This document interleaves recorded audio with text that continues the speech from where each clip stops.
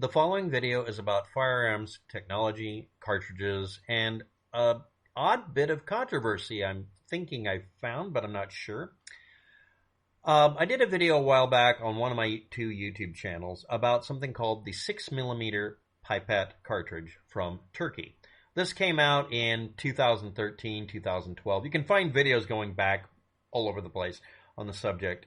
And at the time, there was no published data on what the cartridge size was. But this is the gist of it. It's a 2-inch long straw, see-through in many cases, like a clear straw. It's not tubing, it's just a straw, that's pushed down over a 209 primer. It's the primer that's used in shotgun shells. And then that's one reloading component and a straw. The other reloading components being the propellant, some sort of wadding or a cork, and then lead pellets or steel pellets, and then another cork to hold it all together, were used by people that ran out of the cartridges. They weren't able to get cartridges anywhere from 41 caliber up to the 73 caliber that a 12 gauge is, 410 versus 12 gauge. So they decided, I can make these cartridges out of a straw. I mean, it's the kind of thing that a person would just goof around and like, hey, it fits, and realize, hey, I can actually do this. I did this myself in the room here. Like, that literally is something you just happen along by, just you be bored and like, I wonder if it'll fit in a straw. Oh, it will. In fact, I even found another straw that's slightly smaller that would work as a shot cup. And I could actually make an equivalent to, a controlled expansion and release shot cup and a bunch of other things. I mean, you could actually legit make really, really tiny shotgun shells. They amount to 6mm or about 24 caliber-ish, 23. And the thing about it is that this was done out of expediency, desperation, need by poor people in Turkey, because they could put it into another gun. Now, you can buy shot shells that are made from various random items. Like one of them is based on a pipe stiffener for 10mm tubing that just happens to, again, you can just shove a shotgun primer in it and then use it to do the same thing. And it'll jam fit into what's called a 9mm Flobert shotgun. Flobert, or garden gun cartridges like they have in England, are rimfire cartridges that are used for firing shot. And they're 9mm. Okay, but in Turkey and Italy and other countries, they have a prohibition on using rimfire cartridges for hunting anything over a certain size. So as long as it's centerfire, you're fine. So somebody got the bright idea, these pieces of plastic tubing for PEX, water tubing, water pipe, and for hydraulics and whatever, if I just jam the primer into it, I have a centerfire cartridge. So what they would do is they would modify a shotgun by just putting in the barrel from one of these 9mm into a larger, literally a 12 gauge, just jam it in there, and then shove these in, and that would let them fire these smaller cartridges. Now, why would somebody do that? Number one, 9mm Flobert and 9mm centerfire are ridiculously expensive versus just making them out of a 5-cent pipe stiffener. And even cheaper, a straw from Starbucks will get you 4 shells. I mean, it really, these start happening. So there became a little cottage industry making them in little Ziploc bags, and only one company actually put them up and showed them. I looked up all the information. It came from them and other people selling the same thing. But they also put out 8mm Flobert conversions to centerfire that did the same thing. They just did a different pipe stiffener. These occur all over the place, up to the point where you're actually using empty cartridges and sometimes even weird rifle cartridges. But anyway, enough of that. The main thing is, in Turkey, this 6mm cartridge that was about 2 inches long, a certain number of millimeters, was used because it was literally the reloading components you'd buy. You just go get some straws and make a bunch of cartridges. And they worked okay. And 80% of the time, you didn't even have to glue the cartridge, quote unquote, together, because it's just a straw jammed onto the primer. Once it's fired, reloading it would consist of replacing literally everything because it's just a straw.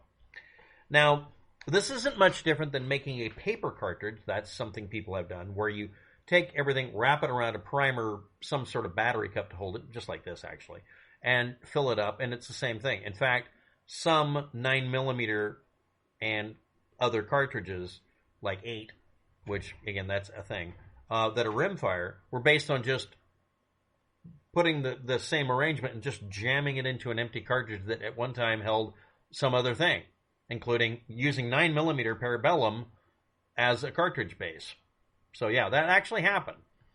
But anyway, due to legislation and rules or just expediency, this centerfire cartridge became pretty popular for a short time. And there are videos on YouTube with people doing it. Now, 2014, May 20th, the number 6 caliber Centrale Falco cartridge, or instead of 6mm pipet, it's 6mm Falco. Falco Arms Corporation.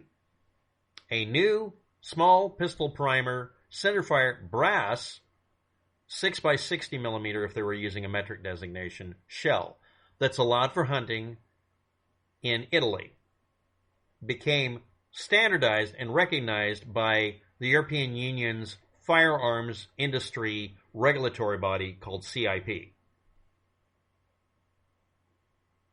But Turkey already did it. Well, Turkey is not part of the European Union, so screw them, right?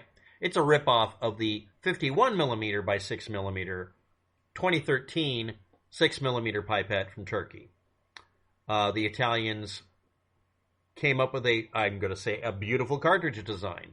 What they did is they made a cartridge that's extremely linear tapered so that you could jam fit it into anything, and it suspiciously looks exactly like the really long skinny ream you use for reaming out metal tubes and sheet metal to make it to where you can fit a bolt in. It literally is it's like a unibit almost, only it's the ream version of it. Now, these were set up with something I noticed immediately, a 50-to-1 ratio for the propelled objects, the projectiles, versus propellant. You take the weight of the birdshot, let's say it's 50 grains, and you put in 1 grain of propellant. That was it. That's how they did it. There's 5 grams or 77 grains of number 11 or number 12 birdshot over a thin card, and under that is a 1.54 grain smokeless propellant maximum propulsion. It's 5 grams of lead shot and 0.1 gram of propellant. 50-to-1. I mean, that jumped right out at me. Also, because they had CIP put up the standards, I looked it up. I mean, it's been sitting there for years, but I didn't know it was there because nobody brought it to my attention. It should have found this already. I got to go look up all the weird shit they patented and approved. But anyway, this has been around since 2014, and it is a ripoff, in my opinion, of a drinking straw with a shotgun primer stuffed in it. But I noticed the 50-to-1 ratio, but let's talk about it. 0.6 to 0.7 grams per case of green flake green powder, or green flake powder, excuse me, and that's smokeless powder. 0.8 to 0.1 gram, 0.08 to 0.1 gram, excuse me, per case of, I can't pronounce it, powder, or LOVEX 32 or D032 ball powder. It's still 50-to-1 or even more. You're using very little propellant. These are fairly potent. It has to be, by the way, if you're not aware of it, this has to be, almost absolutely has to be smokeless powder. Now, when I did the review of the product from Turkey, I assumed it might be black powder, but I just wanted to figure out what volume it was from looking at the pictures and figure out the probable grain weight, because it is going to be a grain weight, and if it's smokeless powder, then it's going to be much more powerful than you might think. Now, a 50-to-1 shot-to-propellant ratio by mass and weight in grams, mass is the scientific term, not volume, is what we're talking about here. Now, when I reviewed my video, I realized I probably made a big, stupid mistake, so I recalculated from scratch, just clean-roomed it, the original images for the 51 or 50 millimeter by 6 millimeter pipette from 2013 in Turkey. And I found out when I recalculated from scratch and then looked into how much does lead weigh and how much does propellant weigh, it was 50-to-1 almost exactly. In fact, it was so close that I realized, yeah, my previous assumptions were just wrong. And while I might get the numbers wrong by 2-to-1 sometimes, because I'm divided by dum-dum, getting it exactly 50-to-1 ratio means Yeah, we're seeing the same thing. And this is from a page published by the company calling itself Falco Arms. It just means Falcon Arms when you translate it. Now, the design they come up with is based on people obviously putting the subcaliber adapters that were made in Turkey into the 9mm and 8mm quote-unquote gauge smoothbore shotguns in Italy, because people would bring them in. I mean, you can fit 10 of them in your pocket, and they're not restricted in any way. And you can shove straws in them. But someone like, let's make a gun that uses this, but let's use our own cartridge. Because they wanted to use brass. Because if it's brass reloadable, that's a better deal. I mean, it really is. And if you use pistol primers, that's awesome. You know, and I think it's a small pistol primer or whatever. But the point is, they wanted them to have the same range as 9mm and 8mm garden guns and Flobert type guns and rimfire guns. But because it's Italy, if you're going to hunt anything, legally it turns into hunting rather than pest control. So to eliminate all that, they made the cartridge a centerfire stiff cartridge rather than a piece of plastic straw and shotgun primer stuck in it. And they decided to make it have the same performance and range as 9mm and 8mm shotguns that existed. Now, please understand, people were normally not even using 9mm shotguns. They were using 410 shotguns with a stack of 2 adapters to get the straws to fit in. It's straw shot. Now, this would also be less noise and would be legal in Italy around populated areas for not being a noise source, and also have a much more limited range. But the reason for that is making the charges as small as possible and actually making custom barrels that are really the right bore diameter for this, which meant that they were going to go through all, the rigmarole of this, not just adapting it or using a piece of brake line tubing or whatever. Now, this is exclusively for use with loading kits, empty brass cases, reloading tools, and materials, and also firearms from Falco Arms for their folding standard single-shot barrel and side-by-side over and under and Lusso branded double-barrel guns. It's officially recognized by CIP, which is Permanent International Commission for Firearms in the European Union, and under Italian law under 1992's Article 13, Paragraph 1 and 2, Wild Fauna for Wild Fauna and Hunting Water Protection Rules, to allow its use in hunting as a centerfire, non-rimfire, non-Flobert cartridge. It has to be a minimum of 40 millimeters long, which is 1.5 inches about, and at least 5.6 millimeter bore diameter. So 6 millimeter at 50 millimeters, which is what the straw with a shotgun primer stuck in it, the pipet, that's standard, and it worked. And I found out that Italy did not make those against the rules. But one company has basically a monopoly on this cartridge type. So I looked it up, and I got the data on it, and it's a extremely tapered cartridge that tapers down to a really thin opening on purpose, made of brass, and then the inside is made a single diameter, or it bells out, I don't know which. It doesn't describe the interior. And that's the chamber for it in their guns. And it's literally made by using a rat tail file type ream.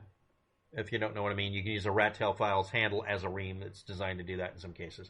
But it looks like they just basically got a hold of some 6 millimeter inner diameter brake line tube. It's what it looks like that's been jammed into these guns. And then just stuck a ream in it and used that as the standard and called it good. Meanwhile, literally everybody in Turkey is still making these cartridges that are just made from random stuff and reloading materials and not buying cartridges at all. And using them in one adapter inside of another adapter inside of their 410s because it's cheaper, it's more efficient, it works over a very short range. It's almost impossible to hurt anybody even half a block away or even have them know it's happened. It actually makes it very quiet too. And again, this company basically seems to be acting like they have a monopoly in Italy for a garden gun or a fun gun for shooting targets. I just thought it was interesting. And also, I may be redoing or editing the previous video by just adding more information because I got the numbers off by a ridiculously large amount. But they were still 50 to 1, so I did get the right effect. And also, that's a crazy amount of efficiency for a propellant and has to do with the geometry. And I for life of me, haven't figured it out yet. But anyway, just thought it was an interesting subject, and I'll have a bunch of links to really cool-looking images of these pretty brass cartridges that are ridiculously long and weird looking, and when I first saw them, they didn't look like cartridges. Thanks for watching. Bye. Good luck with it.